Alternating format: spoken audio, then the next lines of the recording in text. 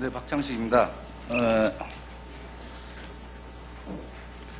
먼저 표준 계약서에 대해서 한번 여쭤보겠습니다. 예. 표준 계약서는 지난 7월 말인가 외주사 방송사하고 네, 방송 외주사. 네, 예. 오랫동안 했던 걸 이제 마무리가 됐죠. 시작이죠.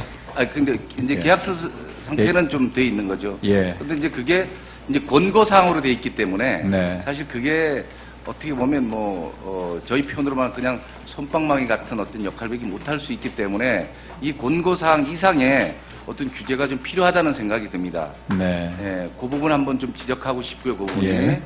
그 다음에 표준계약서와 더불어 지금 대중문화예술인의 방송 출연 표준계약서. 네. 그거는 지금 진행이 어떻게 되고 있죠? 그것도 지금 그 안에서 됐는데 이제 좀 더 다듬어야 된다고 생각합니다. 네, 이게 이제 문화융성 일환으로 사실은 우리 모두가 대한민국 국민들이 안방극장에 즐거움을 주는 이런 어떤 배우들, 연기자들이 사실은 어떻게 보면 굉장히 소외되고 그 문화의 어떤 약간 그늘 쪽에서 일하는 어떤 느낌이 듭니다. 그건 무슨 말씀인고 하니 양극화가 굉장히 심하지 않습니까? 예. 드라마 제작비가 3억 되는데 어떤 배우는 60분짜리 드라마를 출연하면서 1억을 갖고 가는 사람이 있고 이 상상을 한번 해보십시오. 이게. 예. 최소한 5천만 원, 6천만 원은 그냥 가져가는데 물론 거기에 대한 건 이유가 있을 수 있어요. 해외에 나가서 그만큼 인센티브를 늘리기 때문에 그렇다고 하는데 그 외에 우리 배우들은 사실 찾아갈 곳이 없습니다. 그래서 그 비정규직도 문제고 이런 어떤 부분을 좀 예술인 복지법을 통해서 지금 이 국회에서도 지금 논의 중에 있습니다. 그 부분. 그래서 그 두 가지는 아마 문화부에서 좀 신경을 좀 많이 써 주셨으면 하는 바람입니다. 네, 그렇게 하겠습니다. 다음 우리 국감 때 다시 한번 요건 질의를 좀 하도록 하겠고 그다음에 우리 국정 기조 4대 목표 중에 하나가 문화융성 아닙니까? 네. 근데 이제 문화융성을 보면 지금 문화융성 우리 대통령께서도 취임식에서도 굉장히 문화융성을 많이 말씀을 하셨는데 지금 이쯤 되면 문화융성이 밖에서 막 웅성거리고 어떻게 보면 좀 시끄러워야 될 어떤 시점이라고 좀 생각이 듭니다. 그 부분에 대해서. 그러면 청년위원회는 보면 제가 확인해 보니까 이 청와대 대통령 직속으로 돼 있는데 사무국이 만들어져서 그 사무국에서 그냥 서포트를 많이 하고 있는데 지금 문화융성은 사무실이 없더라고요. 사무실이 있습니다. 저기. 예, 문화부에 있죠? 아니, 고궁박물관에 있습니다. 아, 있습니까? 예, 예. 근데 문화융성의 위원이 조금 전에 저한테 전화 오기를 없다고 얘기를 해서. 잘못하신 겁니다. 그렇습니까? 예. 예. 어쨌든 그 사무국의 사무총장도 그럼 다. 사무총장은 없고요. 위원장께서 거의 매일 나오시고 계시고. 예. 거기에 이제 문화정책국장이 지금 거기 문화부에 있는 예. 국장님이. 예. 예. 그러니까 그 부분에서 좀 어쨌든 이 문화융성이 지금 어떤 발족되기는 됐지만 생각 외로 좀 뭐라 그럴까 좀 흔들림 좀 적다는 어떤 말씀을 드리고 싶습니다. 네, 그 부분이. 알겠습니다. 어떤 이 부분은 우리 국격이나 이런 문화 외교를 통해서 굉장히 상징성이 있는 문화융성을 말씀을 많이 우리 대통령께서 많이 예. 하셨는데 거기에 버금가게 네. 좀 움직여 주셔야 될 거라고 생각이 들고 예. 거기 덧붙여서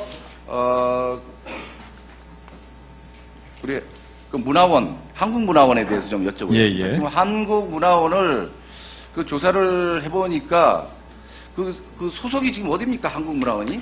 한국문화원은 직제상 소속은 외교부고요. 그다음 기능과 지원은 저희 부가 하고 있습니다. 그게 사실은 좀 안 맞는 거 아닌가요? 그 지금 외교부와 문화부가 지금 어느 시대인데 그쪽에 어떤 책임자는 외교부. 또 실질 어떤 예산 들어가는 건 또 문화부에서 들어가는 거죠. 네. 이게 양 부서에서 왜 지금 저는 칸막이도 없애는 판국에 그걸 왜 같이 가지고 있는지. 지금 우리나라의 외국에 나가 있는 모든 공식적인 조직은 외교부의 직제로 되어 있습니다. 가령 상무관이 나가든 재무관이 나가든 다 외교부 소속으로 해서 나갑니다. 예. 거기 활동비는 각자의 소속에서 나가고. 근데 제가 정확하진 않지만 제가 들은 바로는 일본 같은 경우는 굉장히 좀 다르다고. 네, 일본은 좀 다릅니다. 그리고 우리 외국에 주재하고 있는 한국문화원 실태를 보면 사실 인원이나 지금 어떤 문화융성이나 한류나 한류가 살아갈까 식을까 이런 어떤 부분도 어떻게 보면 지금 현지에 나가 있는 문화원의 역할이 굉장히 큽니다. 이 문화원장 계시죠? 네. 한번 해외 문화원장. 예. 아니 지금 한 얼굴 좀 뵙고 싶어서 어떤 분인가. 예.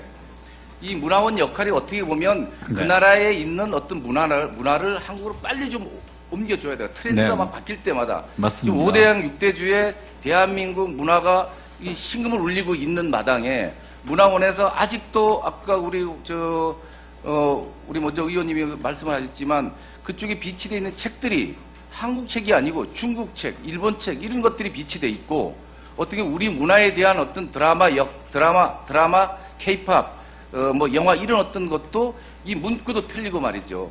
제목도 틀리고 이런 게 버젓이 지금 한 20여 개국에 있는데 한 7, 8개국은 아직도 그걸 갖고 있다는 거죠. 네. 이거는 엄청난 우리의 국고를 낭비하고 예를 들면 저는 그런 생각이 듭니다. 각 나라의 문화 대사를 한류 배우나 K-팝 가수나 또 뭐 예술가들이 솔직히 명예 대사를 좀 해야 된다고 생각이 듭니다. 네. 어떤 이런 부분이 그게 지금 문화 융성의 좀 일원이라고 생각을 하고 예. 결국 문화가 기본이고 문화를 통해서 모든 게 시작되는데 그런 어떤 부분이 지금 문화 융성을 위해서 굉장히 시작이 돼야 되는데 그게 좀 정체되어 있는 게 지금 굉장히 안타깝습니다. 예, 맞습니다. 예. 예. 거기에 대해서 문화원장님한테 한번 여쭤보겠습니다. 예. 지금 앞으로 그 문화 융성과 한류가 지금 식어가고 있다고 생각하십니까? 그런 면이 있지만은 계속되리라고 지금 전망하고 있습니다. 한류 이상으로 문화원에서 일을 네. 하셔야 되는 거 아닌가요? 네, 그렇습니다. 네. 거기 어떤 직원도 예를 들면 현지에서 뽑나요? 아니면 한국에서 파견 나가나요? 직원들은 현지 채용입니다. 현지 채용이면 그 전문가인가요? 우리 그쪽, 한류에 대한 어떤 이런 전문가, 문화에 대한 전문가가 파견돼야 되지 않아요? 네, 그렇게 저희들이 생각을 하고 그런 제도를 만들려고 노력하고 있습니다. 그러니까 원장님은 이런 데 대해 책임질 수 있지만 거기 일하는 분들이 혹시 현지에 있는 대학생 뭐 아르바이트나 이런 친구들을 고용해서 인원수만 채우면 이거는 차라리 없는 게 낫습니다. 그런 부분은.